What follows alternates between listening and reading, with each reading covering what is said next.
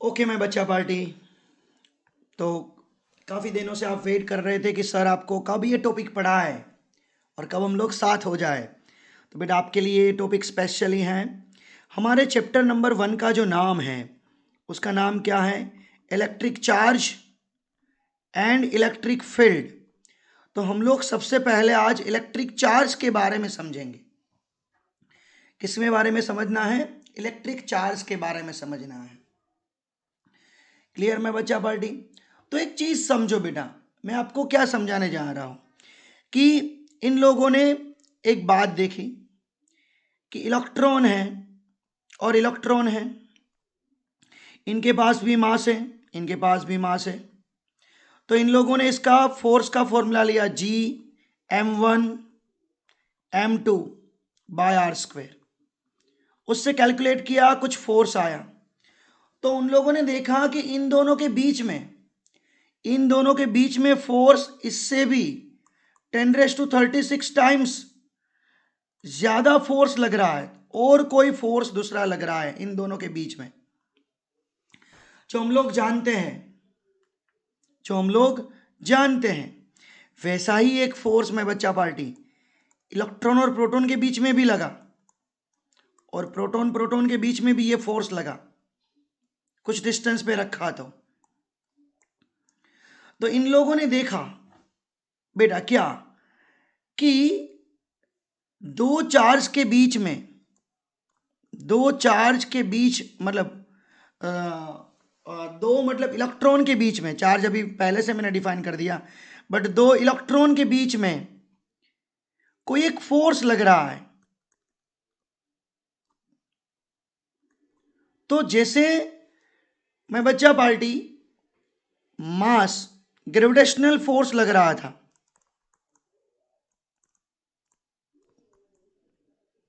तो उसका रीजन क्या हुआ? उसके पास मास था, इसलिए। तो ये इलेक्ट्रिक फोर्स लग रहा था बच्चा पार्टी। तो इसका रीजन, किसके उस प्रॉपर्टीज का नाम क्या दिया? इन लोगों ने नाम दिया चार्ज। तो what is the meaning of charge? Charge is the intrinsic property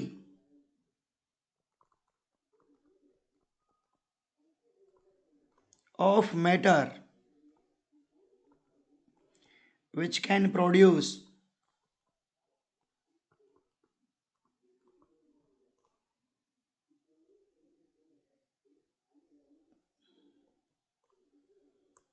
electric force. That means एक बात हम लोगों को यह भी समझ में आई, आप लोगों को पता है कि सेम चार्ज होता है तो रिपल्सिव फोर्स लगता है, अपोजिट चार्ज होता है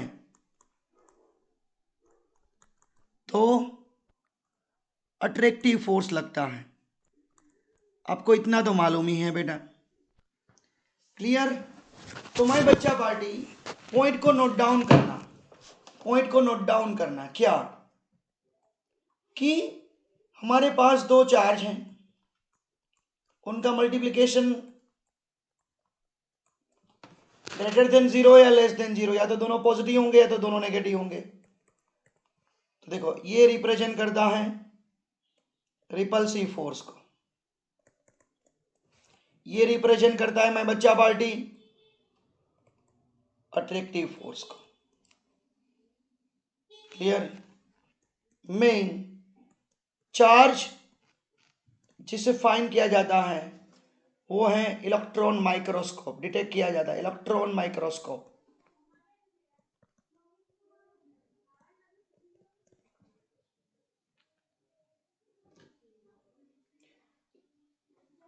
क्लियर? तो इतना आपको बेटा मालूम होना चाहिए, तो आपसे ऑटोमेटिकली काम हो जाएगा।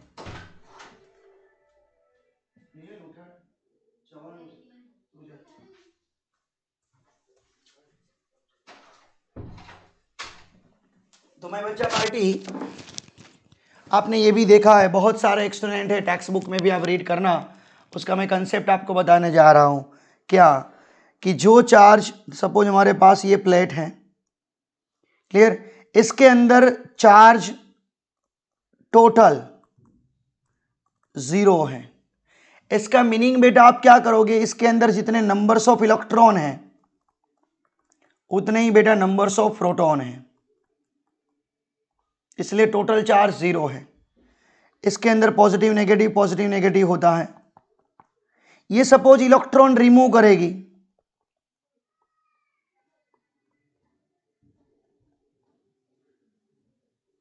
तो क्या होगा, ये सारा पॉजिटिव बनेगा। सपोज इसके अंदर इलेक्ट्रॉन ऐड करोगे, एक्सेप्ट करेगा, तो ये प्लेट क्या बनेगी बेटा, नेगेटिव चार्ज बनेगी, क्योंकि इसके पास पहले से टोटल तो 0 था, जितना पॉजिटिव था उतना नेगेटिव था, टोटल 0 है। सपोज इसने 2 नेगेटिव इलेक्ट्रॉन रिमूव किए तो 4 इलेक्ट्रॉन, 4 प्रोटॉन और 2 इलेक्ट्रॉन बचे, रिजल्टेंट 2 प्रोटॉन बचेंगे, इसलिए पॉजिटिव।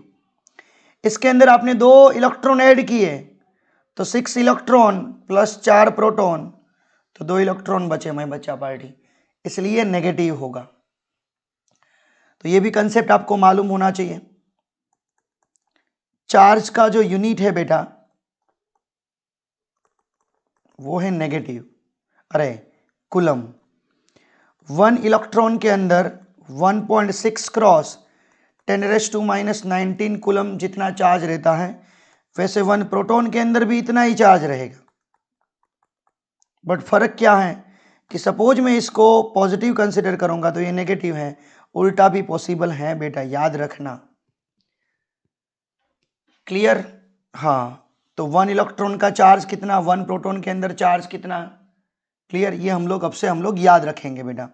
तो मतलब सपोज बेटा समझो कि हमारे पास 10 इलेक्ट्रॉन है, तो हम लोग 10 इलेक्ट्रॉन का चार्ज कितना लेंगे, 10। क्लियर, ये तो समझ में आ गया। तो इसको हम लोग बोलते हैं quantisation of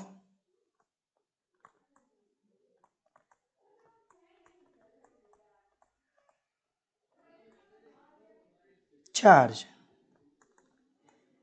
Q is equal to Ne, where N is the numbers of electron।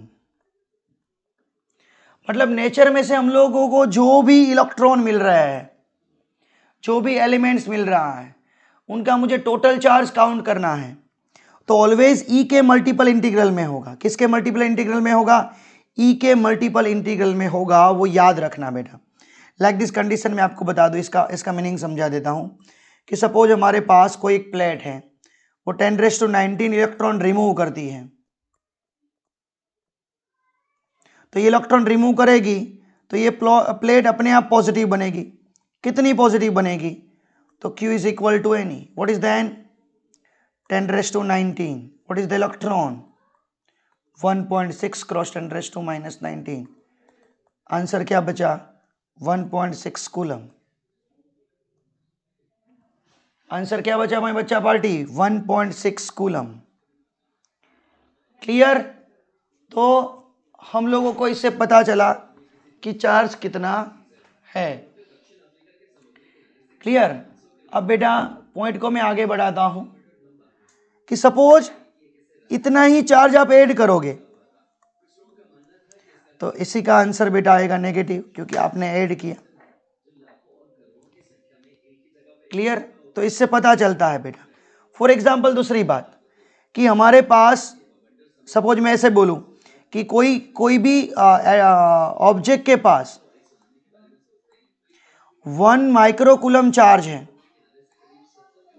तो इसके पास नंबर्स ऑफ इलेक्ट्रॉन कितने,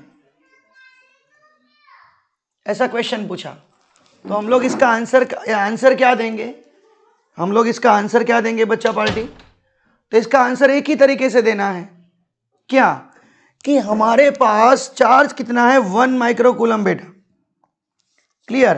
तो Q is equal to Ne, तो नंबर्स ऑफ इलेक्ट्रॉन फाइंड करना है, यानी कि N फाइंड करना है, Q बाई चार्ज कितना, 1 माइक्रो यानी कि -6, इलेक्ट्रॉन 1.6 क्रॉस 10⁻⁻19, तो 1 डिवाइडेड बाई 1.6 करो अपने कैलसी में, 0.625, -19 अब गया प्लस 19, 19 माइनस 6, 13। तो मैं बच्चा पार्टी आंसर आया 6.25। एक पावर कम करो, इतने नंबर्स ऑफ इलेक्ट्रॉन है जो 1 माइक्रोकूलम चार्ज बना रहे हैं। तो बेटा ये हम लोगों ने, आप है ना इसको पोज कर करके लिखते जाओ बेटा, इसको पोज कर करके लिखते जाओ जिससे कोई दिक्कत ना आए ज्यादा। क्लियर मैं बच्चा पार्टी? Very good. अब देखो, अब मैं एक कंसेप्ट और करवा रहा हूं कि हमारे पास एक नंबर्स ऑफ, फॉर एग्जांपल हमारे पास एक नंबर्स ऑफ एटम्स है, कितने? 5 क्रॉस 10⁻24 नंबर्स ऑफ एटम्स। उसमें से 0.01% इलेक्ट्रॉन रिमूव हो रहे हैं।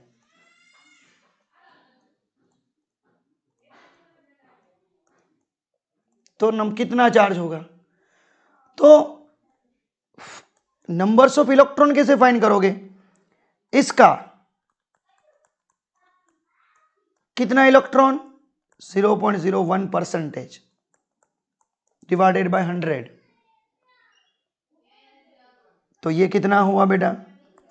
ये 10⁻², और अब जाएगा तो -2 और -2 -4, 20 हुए। तो अब कितना चार्ज होगा बेटा? 5 क्रॉस 1.6 क्रॉस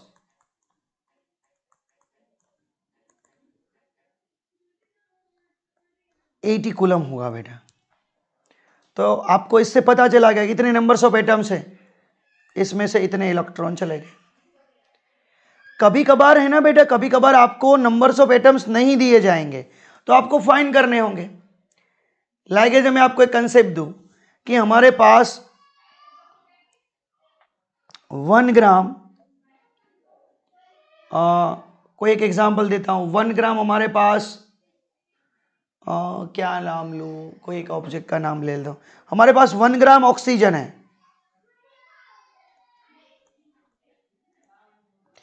इसमें से 0.1% इलेक्ट्रॉन रिमूव हुए। तो सबसे पहले आपको 1 ग्राम ऑक्सीजन में से नंबर्स ऑफ एटम्स फाइंड करने होंगे, उसमें से 0.1% को रिमूव करना होगा। ये बहुत इंपॉर्टेंट थिंग्स है। मतलब मैं आपको ये बताना चाहता हूं बेटा, 1 ग्राम, तो देखो आपको एक फॉर्मूला मोल का मालूम होना चाहिए, M/MO N/Na। तो नंबर्स ऑफ एटम्स फाइंड करना है,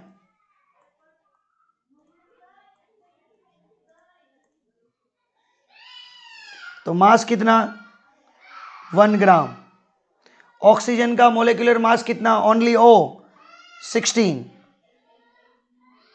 Na 6.023 क्रॉस 10⁻23। ये नंबर्स ऑफ एटम्स मिले बेटा। उस नंबर्स ऑफ एटम्स में नंबर्स ऑफ इलेक्ट्रॉन फाइंड करने हैं आप।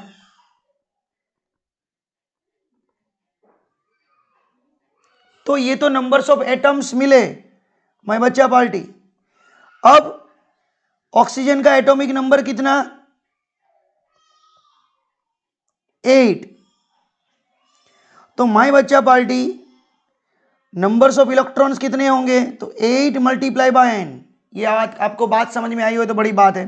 देखो मेरे पास 1 ग्राम ऑक्सीजन है ये टोटल, उसमें से ये सारे नंबर्स ऑफ एटम्स ऑक्सीजन के हैं ये, बट एक एटम इसको मैं बड़ा करता हूं बेटा, तो इसके अंदर 8 तो इलेक्ट्रॉन है।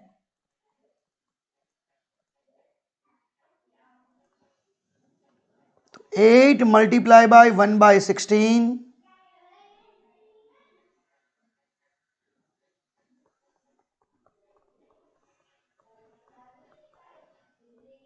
अब इसका कितना परसेंटेज रिमूव हुआ? जितना भी परसेंटेज आगे बोला है, 0.1%, 1%, जितना बोला है, सपोज 0.1%, परसेंटेज मतलब 100। और अब बेटा मैं चार्ज फाइंड करूंगा, Q = Na, मतलब ये पूरा मल्टीप्लाई बाय 1.6 क्रॉस 10⁻⁻19 कूलम। मतलब जब भी कोई एटम एलिमेंट्स दे, जब भी कोई एलिमेंट दे, तो सबसे पहले क्या फाइंड करो, उसका मोलिकुलर मास मालूम होना चाहिए, उससे नंबर्स ऑफ एटम्स फाइंड कर लो। क्लियर? फर्स्ट स्टेप ये होगा। सेकेंड, नंबर्स ऑफ इलेक्ट्रॉन या तो प्रोटॉन, तो Z से मल्टीप्लाई करना होगा। अब आपको बोला है इतना परसेंटेज रिमूव है, वो बात अलग है। रिमूव किया है तो उतना परसेंटेज ले लो, सपोज रिमूव नहीं किया है तो कोई बात नहीं। सपोज हमारे एक टेक्स्ट बुक में एक सम है, क्या 250 ग्राम पानी में कितना पॉजिटिव चार्ज और कितना नेगेटिव चार्ज।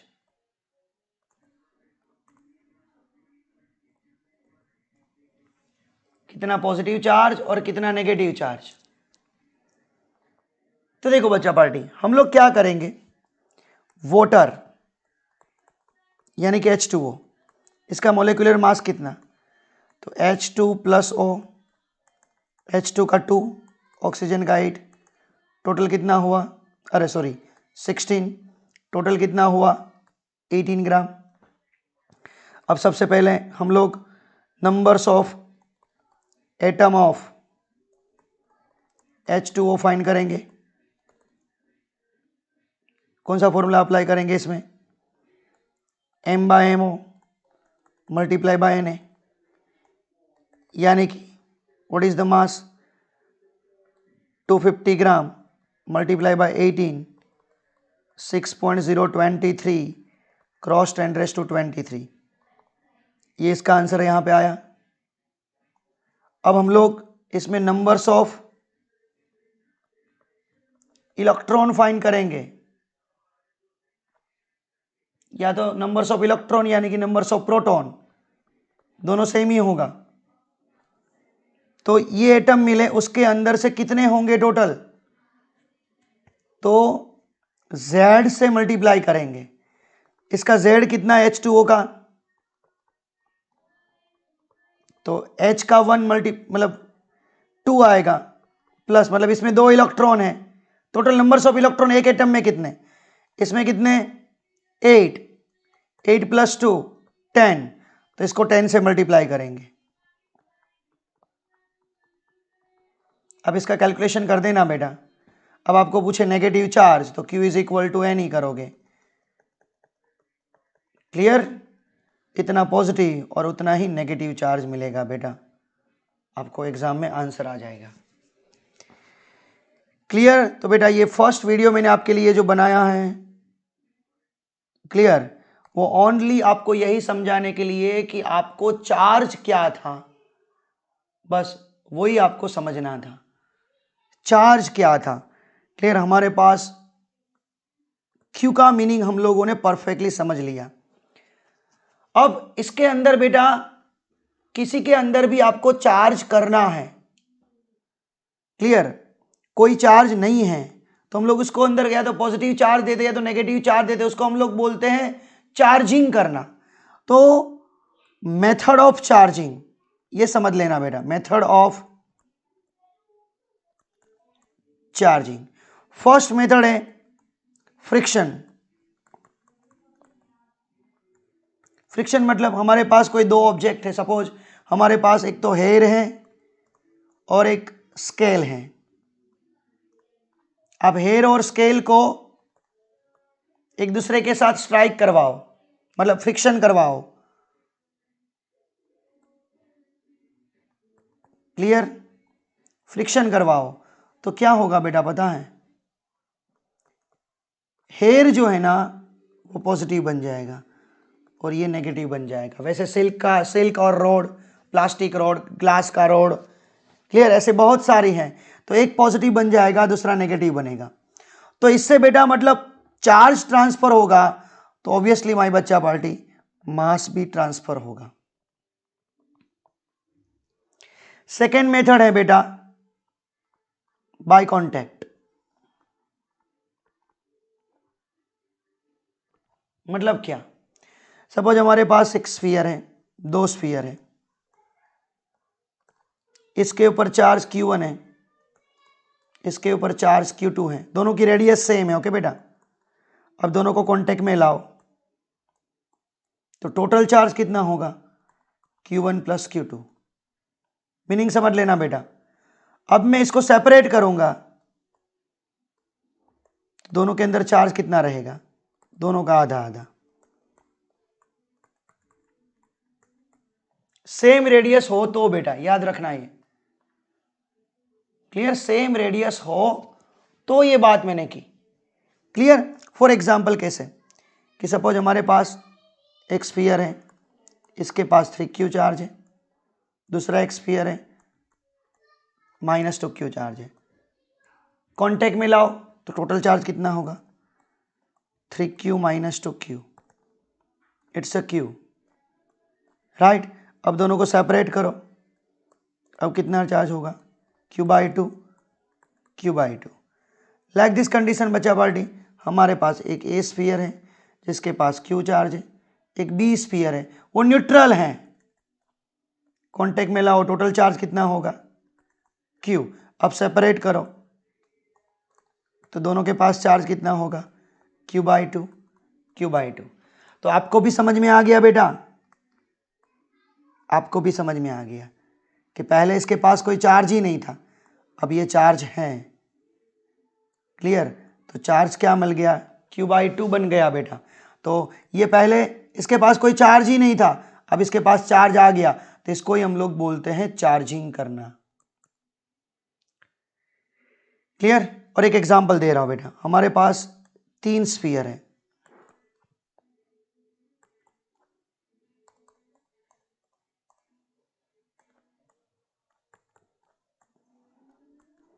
इसके पास Q चार्ज है, इसके पास Q चार्ज है, और ये चार्ज लेस है।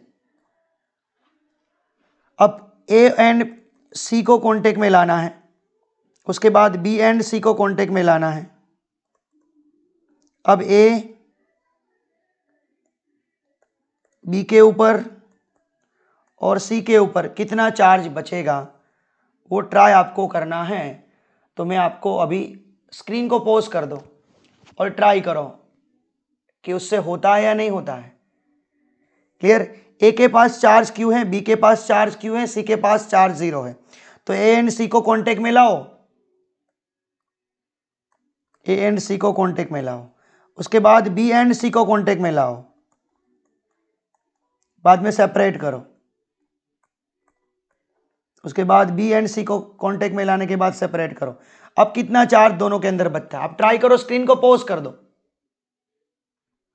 ओके, देखो इसके पास क्यू था, इसके पास 0 था, टोटल क्यू हुआ तो दोनों में आधा आधा हो जाएगा। अब बी के पास क्यू है और सी के पास Q/2 है बच्चा पार्टी, ये 0 तो था बट अब Q/2 आ गया, तो टोटल कितना हुआ, Q प्लस Q/2, 3Q/2। अब दोनों के पास 3Q/4, 3Q/4 हो गया। तो माय बच्चा पार्टी ए के पास कितना बचा, Q/2, बी के पास कितना बचा देखते हैं, 3Q/4, और सी के पास भी कितना बचा, 3Q/4। ये समझ में आ गया, मतलब मेथड ऑफ चार्जिंग आपका बेटा क्लियर हो गया, मेथड ऑफ चार्जिंग बेटा आपका क्लियर हो गया। तो इस तरीके से हम लोगों को मेथड ऑफ चार्जिंग बेटा समझना था, clear. And the last method, charging by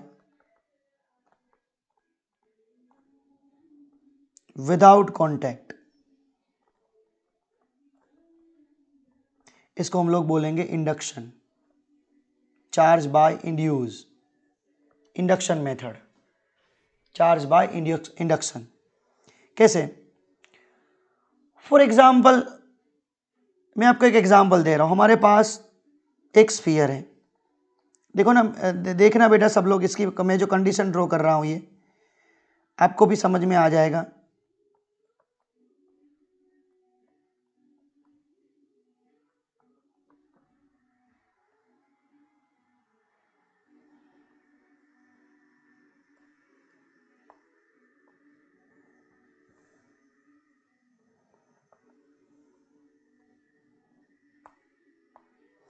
suppose इसके अंदर सबसे पहले ये न्यूट्रल है। न्यूट्रल का मीनिंग जितना पॉजिटिव उतना नेगेटिव।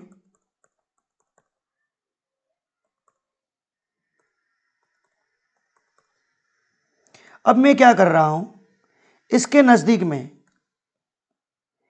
एक नेगेटिव चार्ज वाला ग्लास का रोड रख रहा हूं जिसके पास चार्ज नेगेटिव है। तो अब ये क्या करेगा, नेगेटिव पॉजिटिव को नजदीक ला देगा, तो यहां पे सारे पॉजिटिव आ जाएंगे, नेगेटिव रिपल होके सामने चले जाएंगे। मैंने कांटेक्ट में नहीं लाया है, ये रोड जो है ये पॉजिटिव को अट्रैक्ट करेंगे, तो ये सारे पॉजिटिव हो गए, नेगेटिव रिपेल हो गए बेटा। अब इसको मैं ग्राउंडिंग कर देता हूं, तो ये सारे इलेक्ट्रॉन ऐसे चले जाएंगे नीचे ग्राउंड में, तो यहां पे बचे सारे कौन, पॉजिटिव। अब मैं क्या कर रहा हूं बेटा, इस ग्राउंडिंग को हटा देता हूं, क्लियर, इस ग्राउंडिंग को हटा देता हूं। यहां पे रोड तो है ही, ओके, रोड मत भूलना।